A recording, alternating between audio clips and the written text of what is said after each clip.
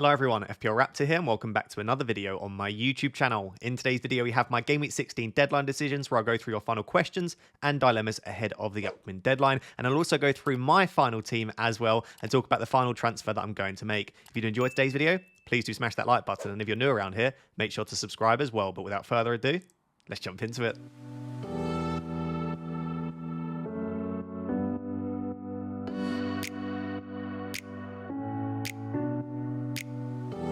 So guys, I thought I'd start with those press conference updates as of Friday afternoon at 3 PM. And the big one that we've been waiting for is Gabriel. And usually we don't really trust Arteta's press conferences, but I don't know why. I'm feeling positive. I'm feeling like we should trust this one. And it's basically because it's the news that I was hoping for. And it was actually quite positive around Gabriel. So the press conference started by Arteta grouping Gabriel and Calafiori together, and he said one of Gabriel or Calafiori is trained with the squad, and therefore the one that is trained with the squad has a possibility of being available for Everton. So he was a little bit cryptic there, but then someone poked and said, is it Gabriel? And he said yes. And then someone asked about Calafiori, and he went on to say that yes, Calafiori is not quite ready, will not quite be available. And therefore, if we do take him at his word that one of Gabriel or Calafiori is trained with the squad, it's got to be Gabriel if he's just said that Calafiori is not going to be available. So I'm not sitting here and saying that Gabriel's definitely going to be available, will definitely be with the squad and will definitely start. But what I would say is this tells us what we already knew based on what Gabriel had been posting on Instagram, based on what the journalists have been saying, that whatever's been going on with Gabriel, which is I think being touted now as a potential hamstring injury, whatever it is, he's very close to a return. So my opinion on this is Gabriel is the best defender to own in the game. We'll discuss this in a second. And therefore, if he's got a good chance of being available this weekend, and if not this weekend, it sounds like it's not long term, then you probably do keep him in most cases. But I will discuss in the next section if there's any possibility of selling him this week. But based on this, I'll be keeping Gabriel, I'll be starting him, and I'll be hopeful that he starts himself. On Man City, Akanji, Stones, and Ake are all still injured, and obviously Rico Lewis is suspended. This obviously means that City have basically no defenders this week, which is not good news if you own Gvardiol, because without Akanji, Stones and Ake available, it sadly means that Gvardiol almost definitely, unless Pep goes completely crazy, will probably be playing left centre-back.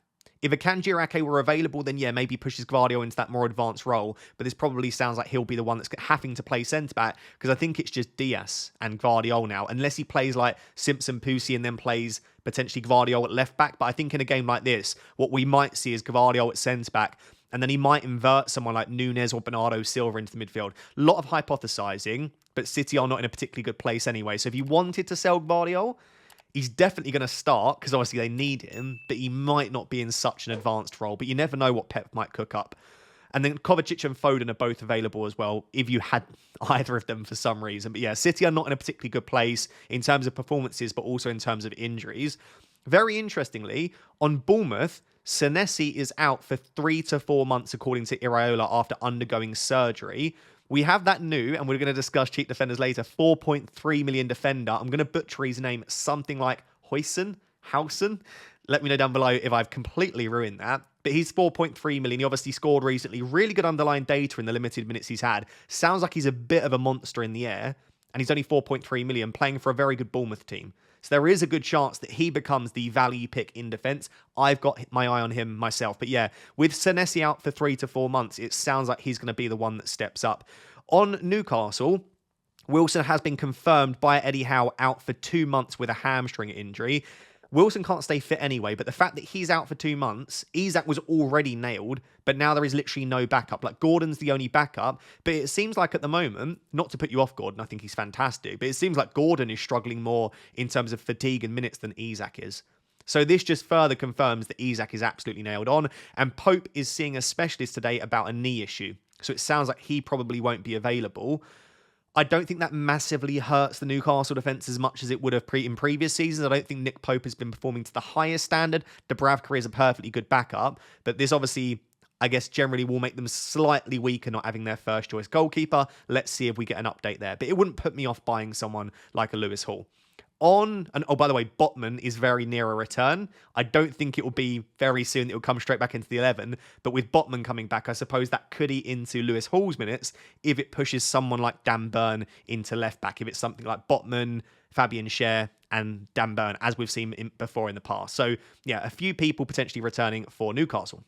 On Liverpool, Chiesa and Jota could return to the squad for Game Week 16. So if you were looking at the likes of Gakpo, Darwin, and you wanted to take a punt, Luis Diaz, I probably wouldn't go there. For me, it is Salah and the defenders, or Alisson. And I still think Alisson is really good value. He obviously played 90 minutes in the Champions League, kept a clean sheet, made 5 saves. Alisson is well and truly back. There was no update provided on Konate, Bradley, or Tsimikas, but we've seen pictures of Konate being back in the gym. And quite a reputable journalist was suggesting that it could be as early as late December that we see Konate. For me, if Konate returns around late December, early January, you'll get a few games out of Joe Gomez, but it's probably not worth it. So I think for now, unless you've already got him or you've already bought him, I would probably look elsewhere from Joe Gomez, because as soon as Konate's back, at the very best situation, he'll rotate with Konate, but I think Konate goes straight back into the 11. On Spurs, loads of injuries.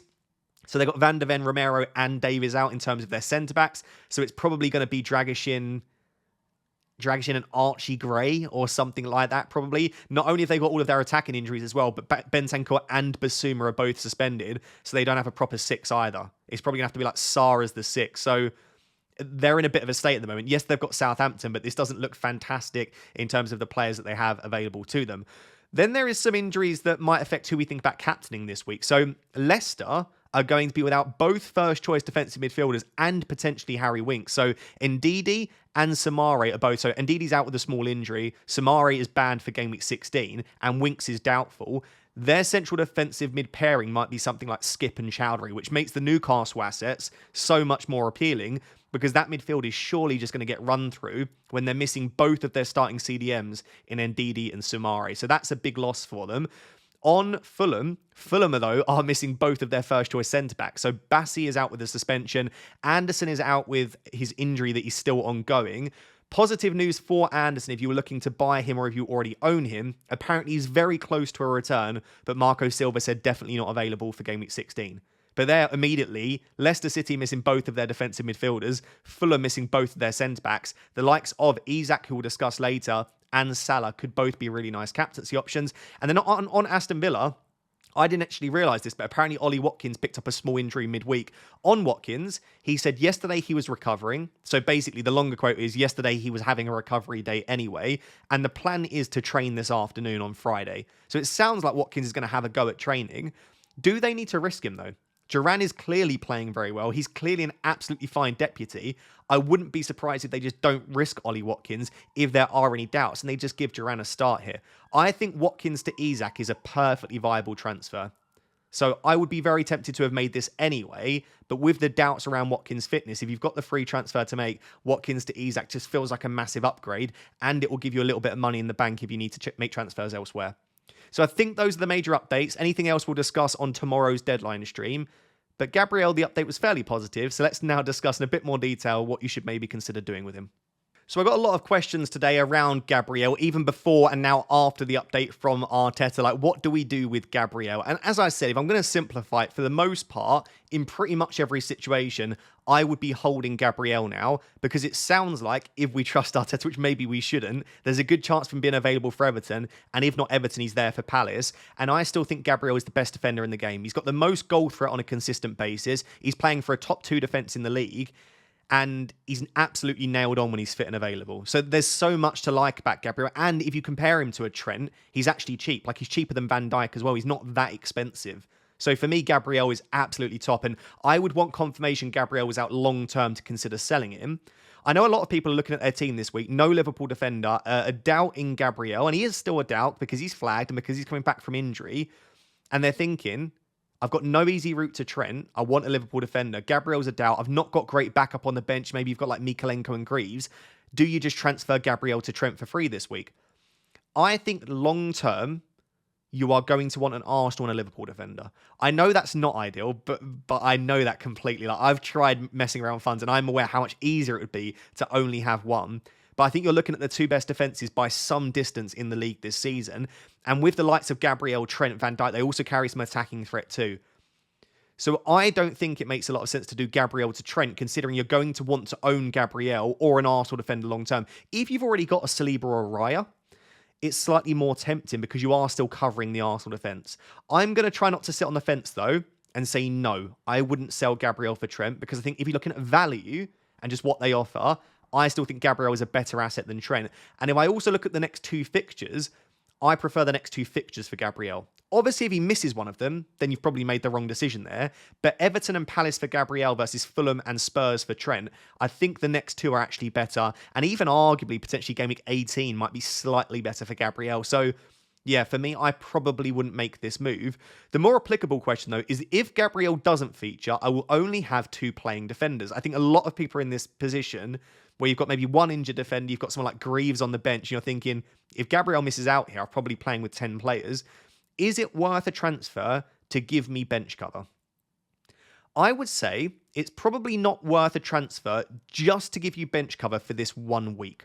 However, if you've got a free transfer sat there and you've got an injured player or a player that you just do not want to rely on a consistent basis, and you think, not only can I upgrade my bench this week, but it also gives me more options moving forward, then I would probably consider doing it. For example, let's say you've got Rico Lewis sat there on your bench, and he is the only cover that you have for Gabriel. If Gabriel misses out, you've got no other defenders, and you really like some of the other cheap options like Kirkes, Lewis Hall, Colwill, and you've got the free transfer to make. Well, not only is that going to make your bench stronger this week if Gabriel misses out, but it's also going to upgrade your team moving forward because you'd probably rather those assets than a Rico Lewis.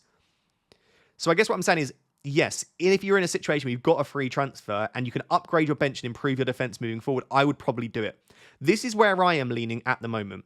I'm leaning towards, I don't want to sell Gabriel. I don't want to bench Gabriel. I don't want to replace him with a Liverpool defender. But what I do want to do is make sure that if he does miss out, I'm not in a terrible position. However, based on the update that we've got from Gabriel, it seems less likely to me that Gabriel will be out for this game. I'm feeling relatively positive after Arteta's quote. So I am maybe considering going into game week 16 with Vandenberg as my Gabriel cover. So that tells you that I am feeling a bit more confident in a Gabriel start. But obviously, then if he doesn't start, then you're in a whole world of issues. Because if I'm relying on Vandenberg to cover me, then he could even get minus points this week. I'll leave it there. Basically, not sitting on the fence. I wouldn't sell Gabriel for anyone.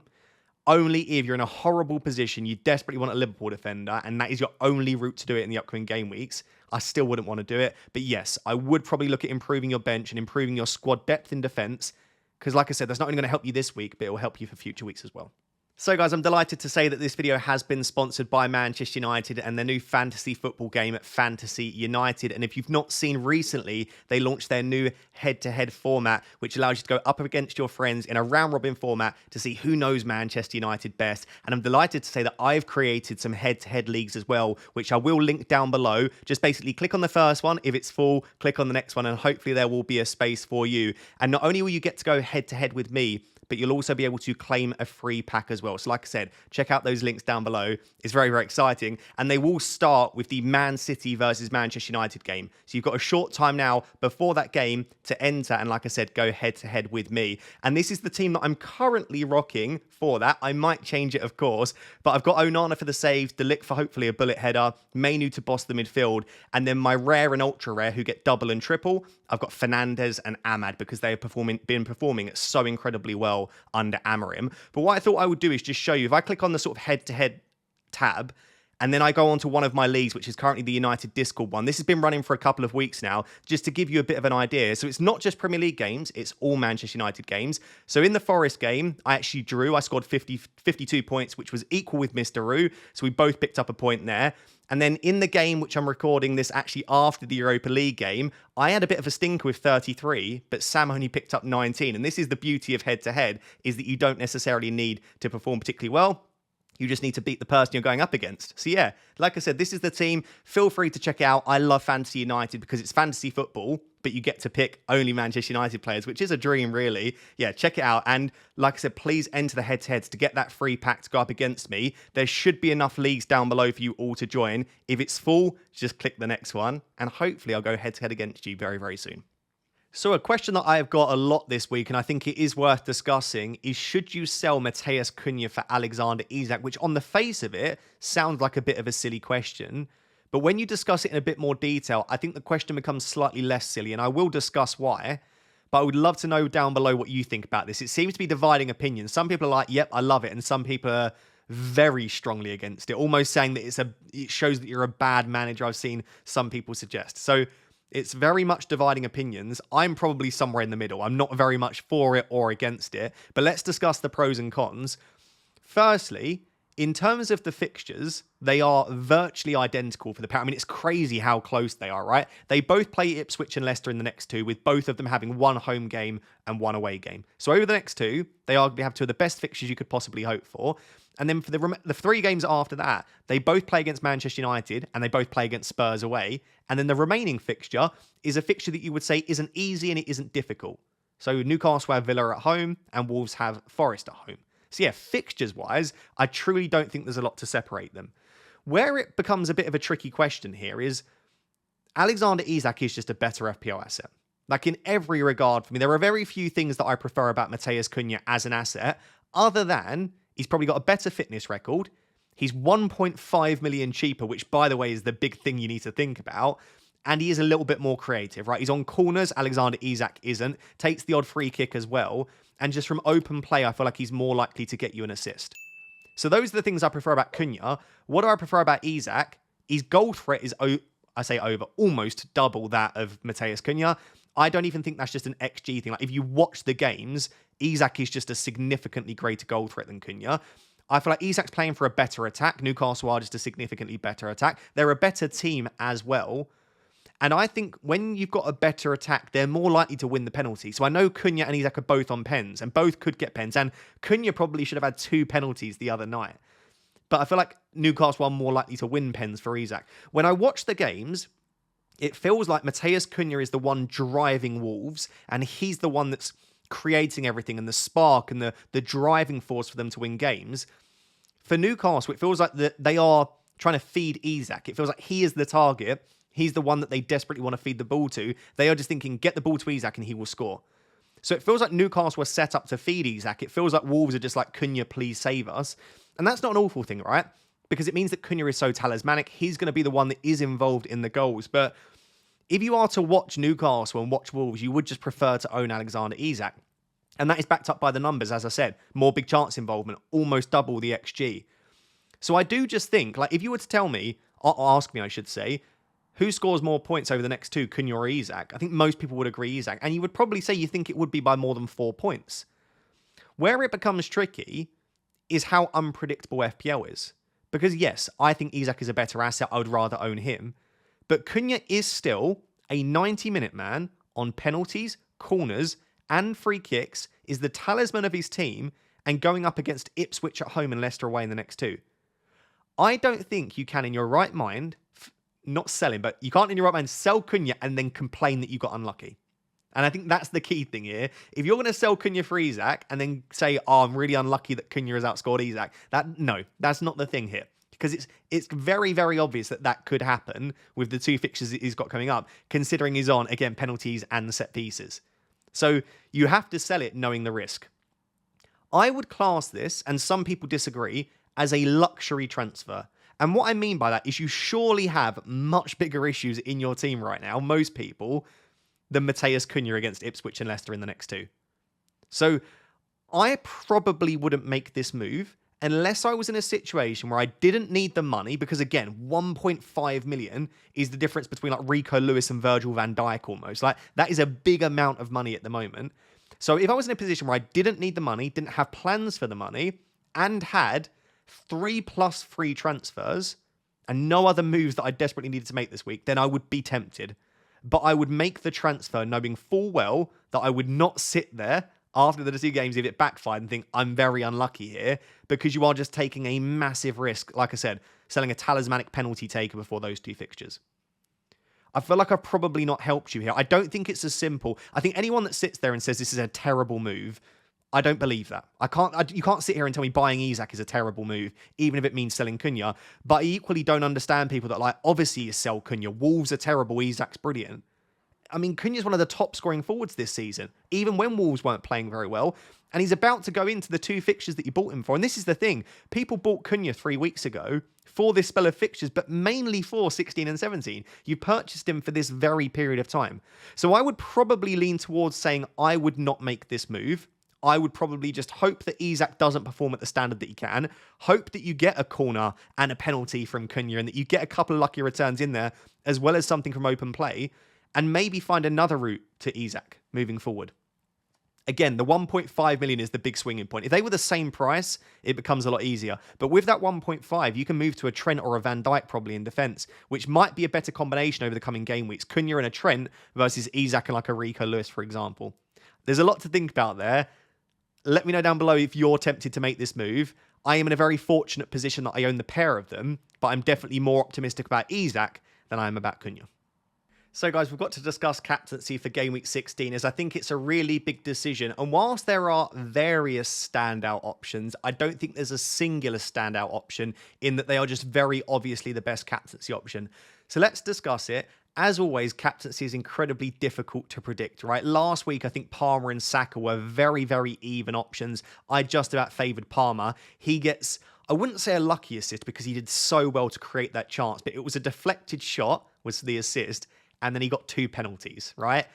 He performed incredibly well in that game, but 18 points off the back of 2 pens and a deflected shot. It did feel a little bit lucky. So captaincy is very difficult to predict. So take everything I say with a pinch of salt, but this is roughly what I'm thinking at the moment. So in terms of the fixture, that middle column here where it says opponent XGC rank, if that says 20th, it means they are the worst defence in the league that they're going up against. And if it says first, it means they're going up against the best defence in the league. So as you can see, in terms of who's got the toughest fixture here, it's actually Salah, right? Fulham are 7th this season for expected goals conceded. All season long, Fulham have been really solid defensively. They've been in the top 10 all season. They've not really had any massive stinkers. Even against Wolves, by the way, when they conceded 4 goals, they actually only conceded 1.2 XG in that game. It was just a couple of really good strikes and a bit of bad goalkeeping and bad defending. But largely, Fulham don't really get massively turned over too often because they're just a very solid team. So that doesn't fill me with that much confidence there in terms of fixture. And also, Everton have been defending really well. At the start of the season, they definitely struggled over the first few game weeks. But since then, they've been much more like the Dyche teams of old, right? Like Burnley have been in the past. So they're 8th this season for expected goals conceded. So certainly, if we're looking at who's got the toughest fixtures here, it's Salah and Saka. After that, we then move on to Haaland's fixture against United. United are 14th this season for expected goals conceded. So there's a bit of a drop-off there. They are not defending well. Even under Amorim, they're still giving up chances. And Manchester United have conceded so many goals from inside our own 6-yard box. I saw a little map which showed where we've conceded our goals from this season. And they're basically all inside the 6-yard box, which is where Haaland scores a lot of his goals. I think Haaland's nailed on to get a return this week. I would not be surprised if he gets more than one, but I think he's always a good captaincy option. But against United, it's just an opposition and game which suits him. And I know this as a United fan, so I really don't mind the idea of captaining him. After that, I would say that Palmer, Son, Jackson, Isak, they've got great fixtures this week, right? Brentford have not defended well this season, especially away from home. They've struggled. They're 17th for expected goals conceded. But after Brentford, the drop-off between Brentford in 17th and Leicester in 18th is 5 XG, right? There is a massive drop-off between Brentford and then the 3 newly promoted teams. And therefore, I do think that there is a marginal gap between how good Brentford are defensively and how good Leicester and Southampton are. So if you're really targeting the fixture, if you're just a fixtures-based manager, I think you captain Isak or you captain a Spurs asset. But there are obviously a lot of other things that you need to potentially consider just outside of obviously the fixture here. If we're looking at goal threat this season, of course, even with a bit of a recent drop-off, Haaland will always have the most goal threat. And it's by some distance. You can see here 0.81 non-penalty XG per 90. The next closest to him is actually Jackson with 0.55, then Salah, and then Palmer and Isak have a similar amount of non-penalty expected goals per 90. Isak's is actually quite disappointing for him, but if you look across the last 5 or 6, it's much more what we've seen in the past of sort of 0.7, 0.8. The reason it's lower is because he had a bit of a slow start to the season. But yeah, if you're looking at goal threat, look no further than Haaland as always. And then for creativity, Saka's creativity is an absolute joke this season. 0.41 per 90 expected assists. And then Sonny's actually doing really well this season for creativity at 0.31. Palmer and Salah are obviously very creative too. And for a forward, Isak's also pretty creative, considering he is playing as a number 9. Like, if you compare him to Haaland and Jackson, they don't carry much assist threat at all, nor does someone like an Ollie Watkins. So Isak has been relatively creative. So, therefore, based on that so far, fixtures-wise, it's Son, Isak, and then maybe Jackson or Palmer. If we look at the underlying data, it's Haaland, Jackson, Palmer, Salah, Isak, all have pretty good data there. Saka and Son do. My concern is, and this is always why I end up ruling out Saka, and sometimes to my own detriment, and I know this sounds stupid, when he scored goals recently, and he scored a brace midweek. So prepare to be insulted, Arsenal fans. Saka's goal threat isn't as high as anyone else on this list. He has the lowest goal threat of anyone on this list, I believe, from open play. And that is backed by the numbers. 0.23 non-penalty expected goals per 90. That suggests that removing penalties, if he performs in accordance with his XG, he'll get you a goal every 4 games. I think, firstly, Saka does have penalties, and also he is a really good finisher cutting in on his left foot. But even so, he's just not got the same level of goal threat, and therefore his ceiling tends to be, unless he does get multiple goals, a penalty, or lots of assists, his ceiling is a little bit lower for me than some of these other assets. And for Son, again, he has the second lowest goal threat on this list at 0.3, but also Spurs are just so inconsistent. That's what puts me off Son, is that you just never know. Like, if I told you that Spurs lose 1-0 to Southampton, I don't think you'd be that surprised, which is crazy to say. Equally, if I said Spurs beat Southampton 5-0, again, I don't think you'd be that surprised. So you could take the risk there. Also on Saka and Son, they're the only 2 players that, based on where these teams concede their goals from, they don't have the best positional matchups. So I think for me, I would rule out Son and Saka for those reasons. But I don't think Saka's bad, by the way. Like, please let me tell you, he's fantastic. But for me, going up against an Everton defence, who I think are fairly resolute, they've had a rest, and all of the stuff that I've just mentioned, Son is just too inconsistent along with Spurs. I would never captain Jackson ahead of Palmer, because Jackson, his minutes are lower, he doesn't take the penalties, and he doesn't take set pieces. And he's a forward. Forwards have to do a hell of a lot more than midfielders. So I think for all of those reasons, if I think Jackson's a great captaincy option, I think Palmer's even better. So therefore, I would probably say Saka, Son, Jackson aren't for me, which leaves my top 4 options as Salah, Palmer, Haaland, and Isak. If we go based on the bookies odds as well, and I promise I'm not just looking at the bookies odds, they would also agree. So if you look at the percentage chance of scoring a goal, the 3 lowest players are Jackson, Son, Saka, and the 4 highest players are Isak, Haaland, Palmer, Salah. So I would sort of back that myself. When it comes to choosing between them, I feel like if I didn't play FPL, I wasn't worried about ownership, I wasn't worried about making perfect decisions on my YouTube channel, I might genuinely say Alexander Isak. Like, when you consider they're without their midfield, when you consider how well he's been playing, the penalties, just outright talent, playing against, if we're going from the options we've got to choose from now, if I ignore the other 3, he's got the best fixture and the highest chance of scoring according to the bookies. Isak's got to be right up there. There are a couple of things, though. Newcastle also blow very hot and cold. I can't sit here and say I don't trust Spurs, and therefore I'm not going to captain Son, and then say I'm considering captaining Isak, because Newcastle are the exact same sort of team. You never know what version of Newcastle you're going to get.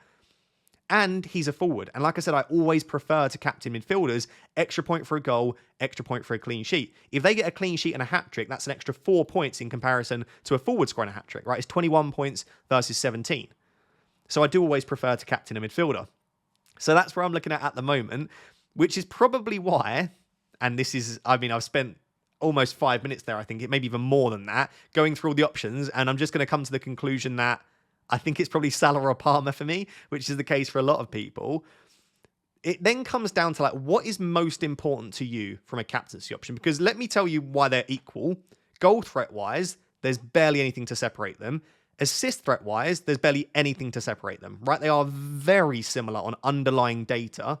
And if you look at the bookies' odds of scoring, at least at the time of me making the graphic, it's 51% apiece. They both have good positional matchups in terms of where the opponent concedes their chances from. So what that means is that on paper, they are relatively similar assets. Where it goes in favour of Palmer is Brentford are a significantly weaker defence than Fulham. Where it goes in favour of Salah is that Salah is just so incredibly consistent and is on track to break every record we've seen in FPL and maybe even the Premier League this season. But it's just remarkable the level that Salah's performing at. So what is more important to you? I'll say fixture or form / quality of player. Because I don't think, like, you wouldn't disagree at all. If the fixtures were reversed, I probably wouldn't sit here even discussing it. Like, if Salah had Brentford at home and Palmer had Fulham at home, I think we all just sit here and say, yeah, we're captaining Salah, which tells me that the fixture is definitely there to attack with Palmer. It's just about how much you want to bet against Mohamed Salah. If I was to list my favourite captaincy options in order from this list, I might change my mind, but it's marginally Salah at the moment because I need to see, like, if Palmer had the Leicester at home fixture, I just need to see a little bit more something that makes me want to back against Salah. So at the moment, I'd go Salah, Palmer, Isak, Haaland. So that would be my top four. And then from the other three, definitely Saka. Saka would be ahead of Son and Jackson for me. Saka, Son, then Jackson, probably in that order. I think all of them are fantastic. They've all got their own merit. But for me, tomorrow on the deadline stream, I'm going to be choosing between Salah, Palmer, and Isak. And those are the three that I have, and they're the three that I think could do really well. And fingers crossed all three of them do really well, and I captain the correct one. So we seem to have this exact same discussion every single game week, or at least every few game weeks, which is who are the best cheap defenders to buy. And honestly, this changes so much week by week. Like, only as, I think, maybe like 3 or 4 game weeks ago, I remember I had Lewis Hall in first, Luca Dean in second. Luca Dean's not even on this list now. Lewis Hall's down in fourth. So I think this shows two things. Firstly, it's incredibly difficult to nail who is a good cheap defender. And it also shows how dynamic FPL is and how much it changes week by week. But at the moment, I would be very tempted by a Bournemouth defender. They've got the fixtures. They've both got a bit of attacking threat. Kirkes and Huijsen, however you pronounce it. Please, someone let me know down below. They're both good for different reasons. Like, Housen, I really need to get his name correct. It's 4.3 million. Kirkes 4.6. So you do save the money going for the centre-back. But I just feel like Kirkes is a little bit more nailed on. And he has been really impressive in terms of baseline bonus and going forward. So maybe a little bit safer. But I would be super tempted by a Bournemouth defender. Outside of that, I still think Colwill is a super safe bet because he starts pretty much every game for Chelsea. They are one of the top 4 defences in the league. And they've got the fixtures coming up that you could just play Colwill every single week. I really like Cucurella, by the way. Probably underrated as an asset in FPL. But he's over 5 million. So I wouldn't call him a cheap defender. But yeah, I think Bournemouth and Chelsea is where I'd be looking at the moment. Outside of that, I still don't think you can go horribly wrong with Lewis Hall. I just think with the Pope news, with the fact that Botman is nearing a return, and with the fact that over the next 5, I don't love their fixtures for defenders. Like after Leicester and Ipswich, and by the way, Leicester scoring pretty much every game, I don't think they're great defensively. I do really like the fixtures for Isak and Gordon, but less so for Lewis Hall. So that's the only reason he's dropped to 4th, but I still think he's a fine asset to buy and to hold. And then Munoz, I've got in 5th. My only concern with Munoz is he's on 4 yellow cards and the next 3 fixtures aren't particularly great. So I would probably be looking at Munoz from GW16 19 and beyond. That's the only reason he's in 5th, but his attacking threat recently has been through the roof. He's had like 5 shots in the box in 3 games, 3 big chances. He scored a couple of goals. Like, he has been firing on all cylinders. And if you watch the games, he's so far forward. If you asked me in Game Week 19, he'd probably be top of the list. But we are saying buying now, and therefore I can't put Munoz any higher. And it's a similar situation with Robinson and Anderson. If you were to ask me next week, when they've got Southampton at home, and then their nice run of fixtures start, maybe I'd have Robinson a little bit higher and Anderson as well. Obviously, Robinson's more expensive. Anderson's down at a very cheap price now, but he's also not available for this week, and they've got Liverpool. So if you need to buy a defender to play this week, you're not going to be buying a Fulham defender. But in the long term, I really like them both as assets. And then I think also Ezri Konsa, as boring as it is and as much as Villa defence have been so disappointing this season, with their upcoming fixtures, which are pretty good in the long term, and with how decent their underlying numbers have been this season, I do think more clean sheets are possible for Aston Villa. And they're getting key players back in their defence like Mings, which might allow them to play sort of Pau Torres at left back, which might make them more secure. Or Contra at right back. They've got their Diego Carlos. Like, I feel like their defence is looking a little bit stronger at the moment. So I think for all of those reasons, those would be my top 8.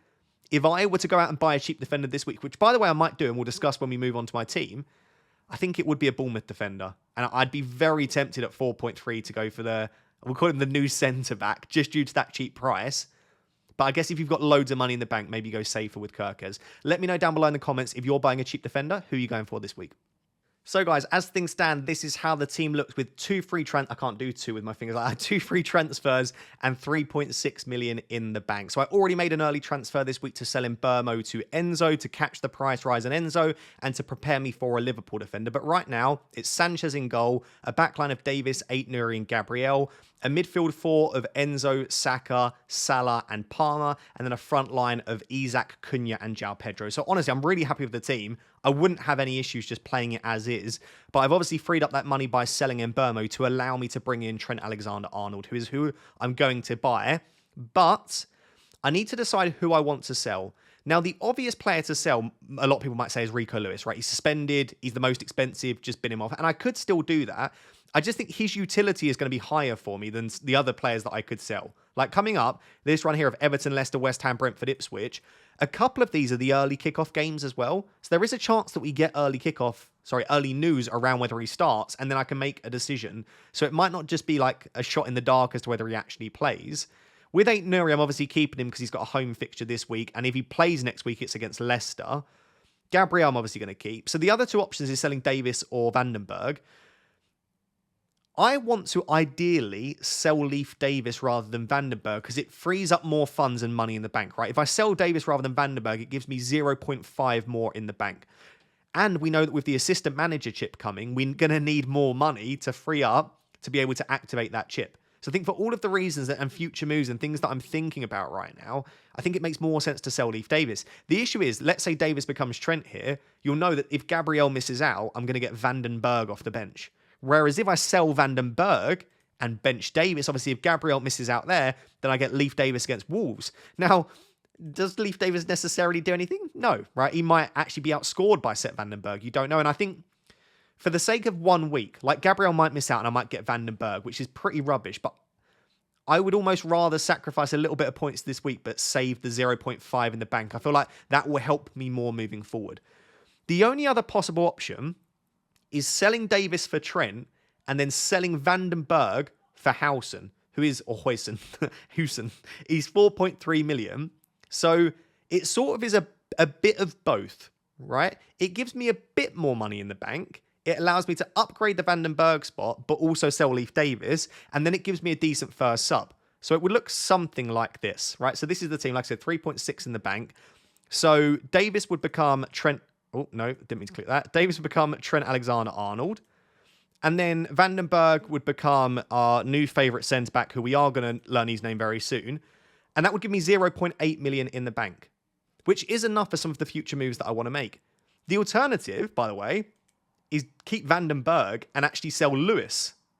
And if I do that, all of a sudden I've got 1.5 million in the bank, which you all know is exactly enough to get the most expensive assistant manager, but I won't keep the money in the bank for that long for that. But maybe that's the way forward. The only thing I'm thinking about then is I'm very reliant on this guy, like, to start pretty much every game for me. Next week, though, as long as Aït-Nouri doesn't get booked, I can play him against Leicester. And therefore, from 18 onwards, yeah, I am happy for at least a few weeks to play this guy if I need to. And then I can think about selling Aït-Nouri in the future. There are multiple things that I can do with this team. Basically, I'm going to be buying Trent Alexander-Arnold. And I think I'm selling Davis or Vandenberg. And then I have an option to sell one of the other defenders with my remaining free transfer to just give me a little bit more cover if I need it. I know that's all very confusing, but yeah, basically, this is going to be the team, but Davis becomes Trent. So it will give me 11 players playing at home. It gives me an Arsenal defender, a Chelsea defender, and a Liverpool defender. It gives me Salah, Saka, Palmer. It gives me Isak and Cunha.